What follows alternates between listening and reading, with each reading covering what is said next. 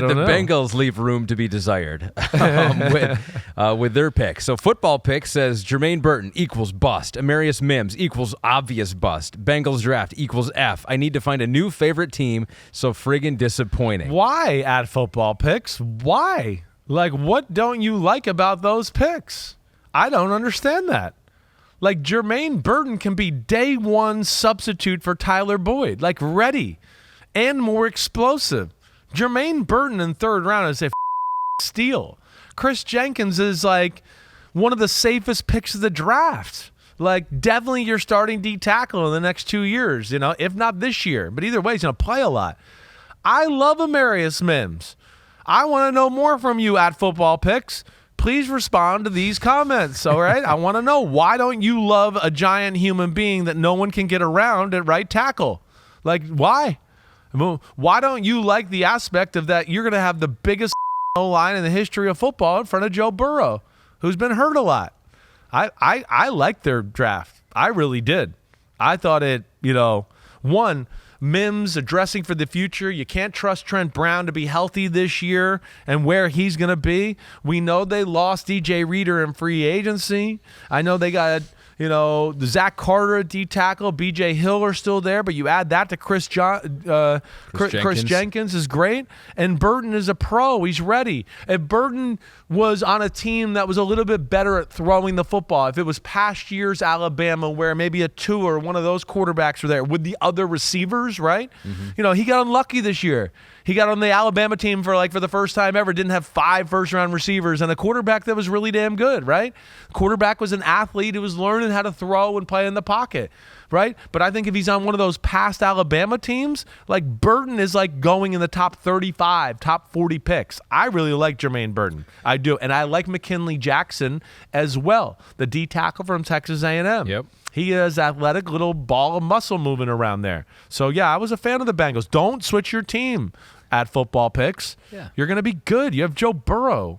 If you're going to switch like you're long way, ago. You're way right? late now. Hang in there now, you're in way big guy. too deep. Yeah. So to be clear, these teams that we're talking about from here on out for a little while are teams that you also liked in their draft. And so we'll go to the Commanders here. I won the mum, said to you, love my Commanders taking the best quarterback and not being slaves to need, meaning great value picks, and Newton and Sainristil still. Love Sainristil still. Shame no top O-line prospects drop, but this is a multi-year rebuild. Unlike recent years, I didn't have to scroll too far down the best players available lists. Yeah, definitely. The Commanders did?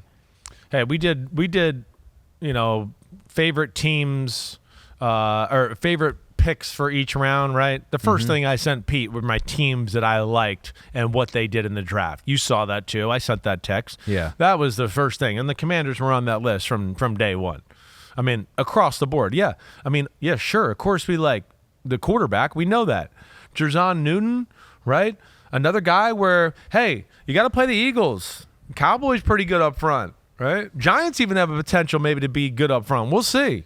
But, either way, Newton, add him there. He's too talented. I get it. Now, I know they got Jonathan Allen and Deron Payne and him. But I think they'll find ways to get all three on the field at the same time. Jonathan Allen's a guy that could play defensive end too.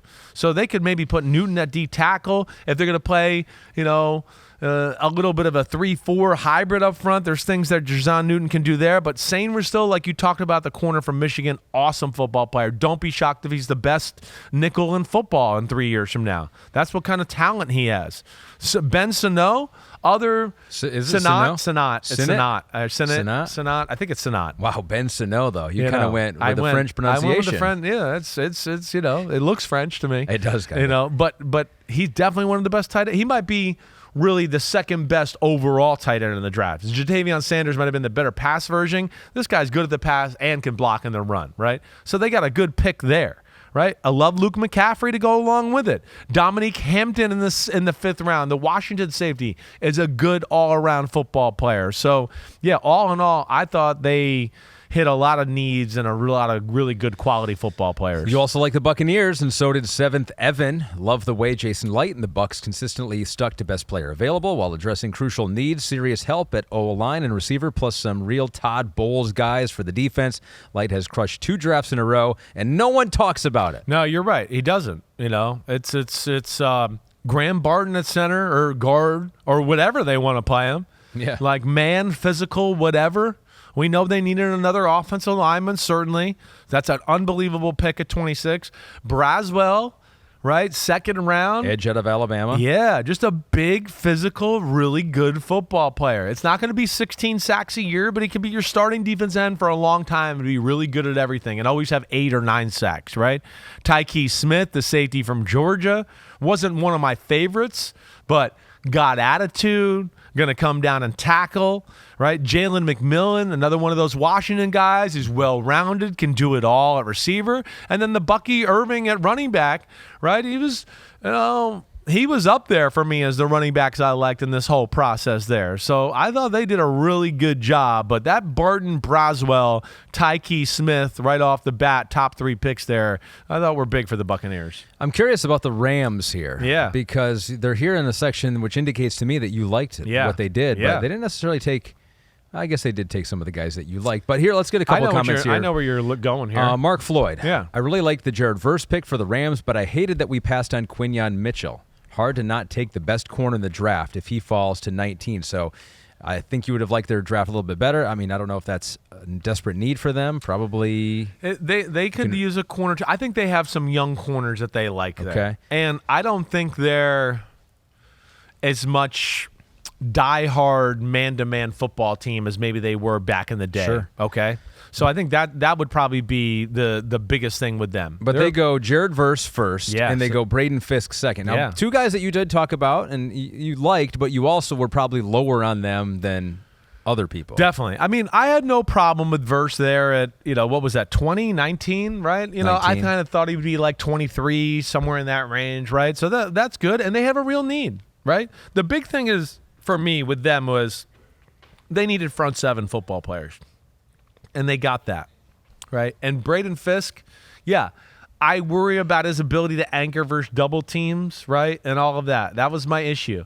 The athlete, the specimen, the disruptor, I think they'll know how to use him a little bit. And they'll teach him the other things. But Aaron Donald wasn't famous for his anchor either, right? Because they're going to get him to play a speed game, shoot this gap, slant here, do this, and just blow stuff up that way. So that's where I like that. And then you get a Blake Corum, right, to go along with Kyron Williams. Kyron Williams, excuse me. I was going to call it Kyron White. Cameron Kitchens, physical safety from Miami. That'll work. And then I like the Brennan Jackson, the Washington State edge guy. I'm not sure he's definitely going to be a starter, but he's going to play. He's going to help you out. So that's where I like that Rams draft. I think it was some real needs, and the front 7, I think, was a thing they had to bolster. Depth, talent, overall, everything, and I think they did that. Once again, I'm not a draft value expert, but I do think there are some people that think that they gave up a little too much to move up in the second round. I think they gave up a future second round pick. They might have. For Braden Fisk there. So Fisk might have been was a bit viewed of an overpay. higher than I viewed him. Okay. That I know. That is something I definitely Fisk, I think some people thought might be one of the cluster of guys that could go at the end of the first round. Really. I talked to some GMs before the draft because I asked about Fisk, and they're like, I like Fisk. And I said, you don't worry about his anchor. No, we didn't know. We think his anchor's okay. Did you watch the plays where he pushed 7 yards downfield? Right. Exactly right. But I think it's the athleticism, the disruption, the strength, the size of the guy, the versatility. That's where he's looked at as safe, I think, a little bit. It's like, okay, we're not going to try to keep him out of those double team, he's got to anchor situations, right? We'll try to keep him in spots where he can be athletic and really plays up that way. All right, one more team we're going to talk about. We've saved the best for last. Boo! So hold on, just don't say any much, but you didn't love the Lions liked draft? it. You I liked liked it, didn't love it. Yeah. All right, so let's hear from the other people then first. Mateus Souza says, just talk straight Lions football. They killed it. Rick ain't here. Loved the Lions addressing obvious needs and strengthening up the defensive back room. I feel like Brad Holmes can do no wrong. I can see the vision for every draft pick. My favorite is Sione Vaki, and then that is what 313 Spark says. I'm happy with literally every pick the Lions made, but I heard they want Vaki as a special teams and running back instead of safety. I echo those sentiments. I think Brad Holmes crushed it, traded up for many of the picks here. Screw draft value. As I said, I'm not an expert in this, so whatever. I don't care. They're much better in the defensive secondary than they were last year with getting Terrion Arnold and Ennis Rakestraw, your number 2 safety. Yeah. In the class. I think they probably see him as a corner here. But just right off the bat, their defensive backs are much better than they were a year ago. I think they're just looking at it like just, like you kind of explained it, just good secondary people, right? And Rakestraw to me, I mean, the great thing is it's like C.J. Gardner-Johnson, right? That's who I've compared him to. That's what he is. He's that nickel slot, safety hybrid type of football player who's going to bring attitude and swag to your team. You just worry about him being a little bit not big enough to handle the way he throws his body around, right? That's what we kind of talked about in the process. He thinks he's 255 with a sledgehammer head, and he's not, and he's got to be worried about that. I don't dislike any of these picks. You just know I'm not in love with Terrion Arnold at 24. Like, so many times as you questioned already so far in this draft and go, well, you could have traded down and got him. Here's one where I go, I want to go, why? I wonder who they thought was going to draft Terrion Arnold. That would be my question. That would be it. But, as far as you guys needing secondary players, and I said this at the time, I know he wasn't one of my top 5 corners. I'd love to have Terrion Arnold on my football team, right? He's a really good football player. I don't think he can play on the outside, right? That's my biggest thing. I think he's truly a nickel type of football guy, right?